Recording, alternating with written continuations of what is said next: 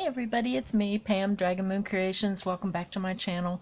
I came on here to show you a junk journal that I have completed for a swap that I am doing with Chelsea here on YouTube. Her YouTube channel is Sugar Ray Crafts, and I'm really hoping my camera is oriented right. My other camera, my new phone, it just didn't suit me.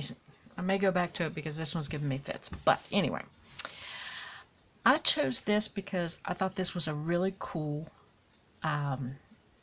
book cover for a journal, a junk journal.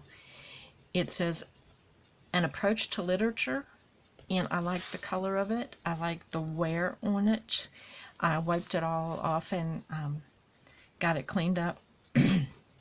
And I had gutted it, and but I liked the oldness of it, the life it had lived, and I said that would be a really cool junk journal. And I'm pretty sure, if I'm not mistaken, that I heard or saw somewhere that Chelsea's favorite color is brown, so this is like a rusty brown with a worn green on the spine.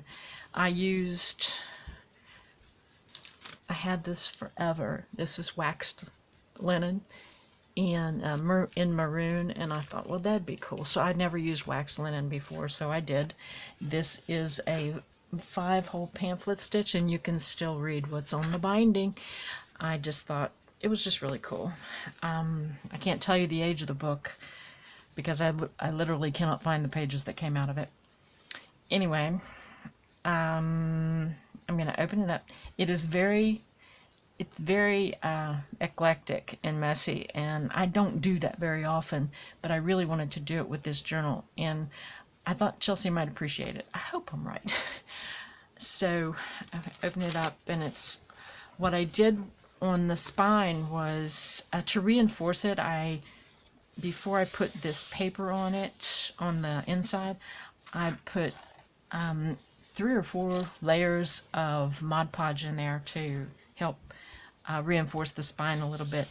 This paper here inside is there, and back here I almost got it in there right. I applied that also with Mod Podge, and this is the first time I had used it, and it was the Tim Holtz Ideology, the tissue wrap. I had bought it on clearance whenever AC Moore was going out of business. It was down from $9.99 to $3.97, and I'd never used it before at all, and it's got kind of a waxy feel to it. It's almost like wax paper, but it's supposed to be tissue, but kind of, anyway. So I used that for the first time. I didn't put anything here because I want her to be able to do what she wants. Nothing on the front, nothing on the back, 'cause I do like the covers. I used scrapbook paper that I just folded in half. Tried to get paper and colors that were either brown or looked like they belonged in the book. And it's literally just a different collection of papers. And I glued papers together to get them wide enough. This is from an art book. This is either coffee or tea dyed. I took pages out of a coloring book, and I reinforced the spine. You know, I took the staples out and lifted 2 pages out, and I reinforced the spine with washi tape. And I put, this is tissue paper, not tissue paper, tracing paper, and I thought it was cool because you could overlay it and actually trace it. And this is actually black, just like black printer paper almost. It's just, and I glued 2 pieces together in the center and folded them to make sure that there was a full piece. And I thought that was really cool with this. And you can use gel markers, white markers. There's some more scrapbook paper. I put a little bit of ephemera in here. This is where the scrapbook paper was a little bit long, and I folded it up and made a pocket. A little bit of ephemera. That's actually the courthouse in the town where I live. So she can have some ephemera to use the journal. That's tea-dye paper, ledger paper, regular notebook paper. This is a piece of paper from, it's a town here in West Virginia, Belington. It's a couple of counties over, but it's like I got those at an estate sale, and they came out of this book right here. Came out of this book right here. And I had gotten some of those at an estate sale here locally. There's some graph paper, just regular paper. There's, this is actually scrapbook paper that looks like a map, and that's where the journal, the center of the signature is. And I use these, I'd never done this before, but I use it to tie a charm in there, and this little charm has, it's like flowers and butterfly and a little kitty cat sitting right there. So it's a little chunky for the center, but okay, and that's where I actually glued the pages together right there. You can see them. And then this, more of this, just, like that. There's some more ephemera that I put in there for her to use. This is whenever I had my surgery last year, and I was experimenting with the guest checks, and I was doing some collaging and using up some stuff in my stash. And there's that on the other side of that.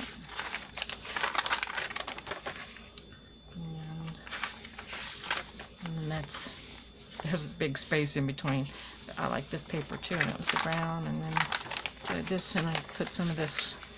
Those are time cards and another guest check. It doesn't really go with the book, but it was just some more of my personal work. And I got a rabbit. These are really creepy though. Those are cherubs, but she may appreciate the creepiness of the cherubs. And then there's some more guest checks and little envelope. Like I said, it doesn't really go with the color, but it was some of my personal work that I put in there for.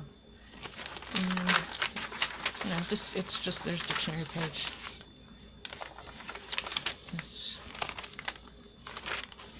some more of that paper, and there's the center of that signature. And this came, at leaf, it was off of a necklace that I had gotten at a dollar store somewhere. I like this journal. This is like a drawing pad, drawing paper. And then there's some regular copy paper is in there too somewhere. I tea-dyed this paper, and there's some. I didn't have very good luck with index cards tea-dyeing them. I actually dipped them, and I don't think you're supposed to dip them, maybe spray them, but it's still kind of an interesting effect.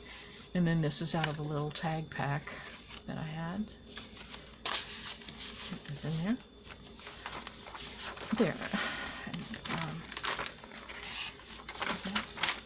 And this is composition book paper where you just snip the middle of the signature, and you can lift out 2 pages at a time. Here's, I found these. I think I got these from D. Cobb maybe a long time ago. I can't remember if it wasn't D. I don't remember who. And this is whenever I put a napkin on an envelope. I Mod Podged a napkin onto an envelope. And this was paper that I just, you know, I glued it together, but then I think this was legal paper, legal size paper. It's the end of that signature. And then there's this one. I thought this was cool paper, this cool scrapbook paper. And this another journaling card that I made and I sewed around. That was whenever I was recuperating last year. And this, I think, is actually out of the book. A page out of the book that I got the cover from.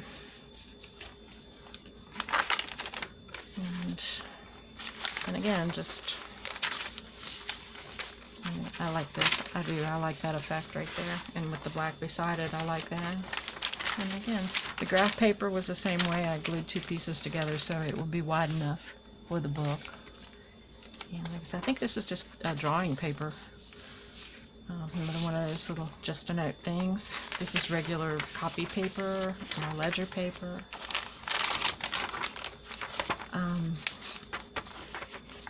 Another one of those. I gave her a whole bunch of these papery time cards. You can fold these in half and journal on the back. And I noticed that when she's using her journals, she like tears pieces of paper and glues it to the page. You know, I thought, well, there's something for her to tear if she wanted to. And this is another charm. This happens to be a moon, like a crescent moon with a face. And I don't know what's supposed to be around it, but that was on the charm. I thought that was really cool, so I put that one in there too. And some more of those. But these pockets can be used for anything. And this, some ledger paper and regular paper, and this is I got this off of a 6x6 pad, and it looks like a little Polaroid. Yeah, looks like a little Polaroid, like those Polaroid one-shots or whatever. And you could cut something and put it in there. And that has another little pocket right there, so I just threw it in there. That's paper, and then we're back to this again. But this was cool. This has a little raccoon in it, but I thought that was cool. Dictionary paper, and you know, even while you're journaling, you can just like tear a little piece of this off and use it, or tear a little piece of any of the paper off and just use it somewhere else in the book. And then in the back, on this back pocket, there's another page of this that came out of the book. And this is, instead of turning up and making every page a pocket, these are the cutoffs. And I thought she could use those, so I just included those because they match all the pages in the book. I thought she could use those too, so I just stuck those back in there. And then she can always glue pockets or whatever on it. It has, let's see, I wrote it down. It has 192 pages. And that means this is a page, this is a page, this is a page, this is a page, this is a page, this is a page. See what I'm going? And this is a page, and this is a page. So I counted them. There's 192 surfaces. So it's, I don't know how, I forget how big the pages are, but they sewed in pretty well. I did a pretty good job. And Chelsea, that's your journal. And I don't know when I'll be able to get to the post office, hopefully sometime early next week. Maybe Tuesday, and I'll mail this out to you. If it's okay. If this is not okay, then I can give it another shot. Give me an email me and see if this is okay. I'm not sure if it's your style, but it sure was interesting to make, and I really did like this book cover, and it had been laying around in my room for a while, and I'm glad I got the opportunity to make a journal out of this. And it is a junky journal, which I thought it turned out really, really kind of cool. All right, everybody, thanks for watching. I hope you have a good day. Chelsea, shoot me an email and tell me what you think. If not, I can start again. All right, thanks everybody for watching. Bye.